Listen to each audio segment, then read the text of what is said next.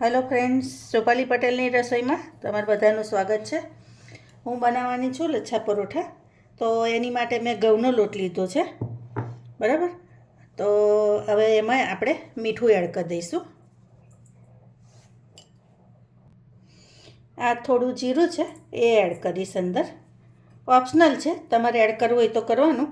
પછી આ ધાણાનો પાવડર છે જે મેં મારી ચેનલ પર મૂકેલો છે, તો એ હું થોડાક એડ કરી દઈશ.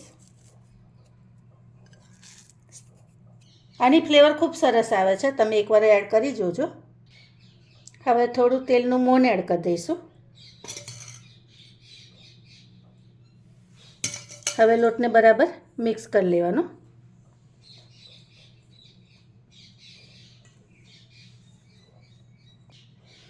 હવે થોડું થોડું પાણી એડ કરતા જઈને લોટ બાંધી લઈશું.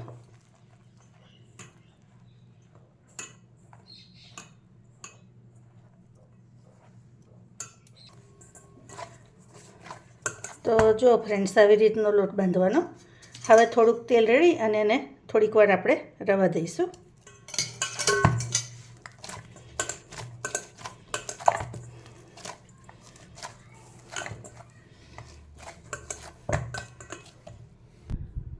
તો હવે આવી રીતે લુવું લઈ લીધું છે અને એને આપણે પહેલાં વણી લઈશું.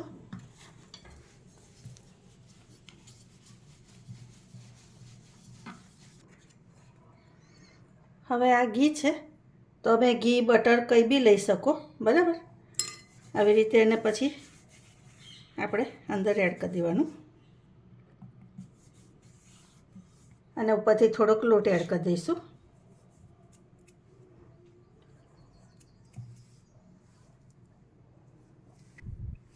હવે આપણે આને આવી રીતે એકવાર છતો અને એકવાર ઊંધો આમ કરી અને એનો રોલ વારીશું.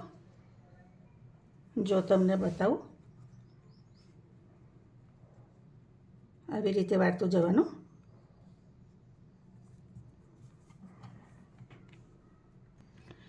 આવો રોલ થઈ જાય એટલે પછી આપણે આમ ગોલ કરીને એનું લુવું કરી દેવાનું,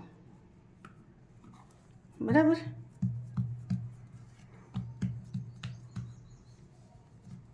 અને હવે આને આપણે ફરી વણી લઈશું.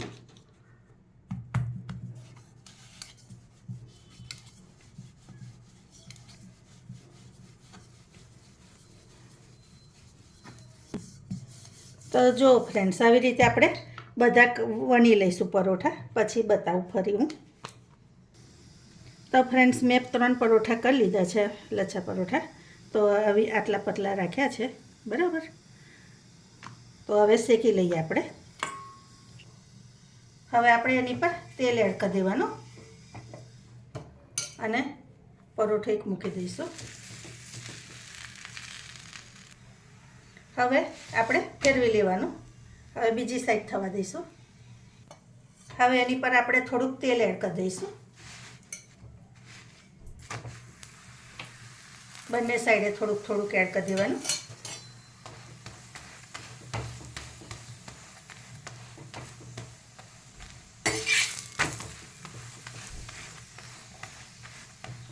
અને આવી રીતે બ્રાઉન કલરનું થાય ને ત્યાં સુધી આપણે એને શેકી લેવાનું.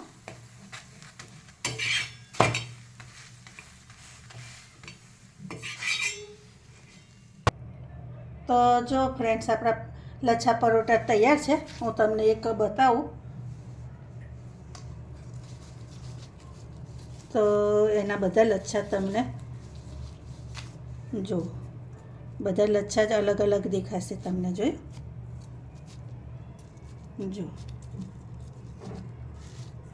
બધા જ પરોઠા મતલબ લચ્છા એકદમ અલગ અલગ થશે આવી રીતે તમે બનાવશો ને તો, બરાબર. નીચે પંજુ છે ને, તો તમે આ રીતે ચોક્કસથી ટ્રાય કરજો. તમને મારી રેસીપી કેવી લાગે છે એ પણ ખાસ કહેજો, બરાબર. ચાલો, તો નવી રેસીપી સાથે ફરી મળીએ. Thank you.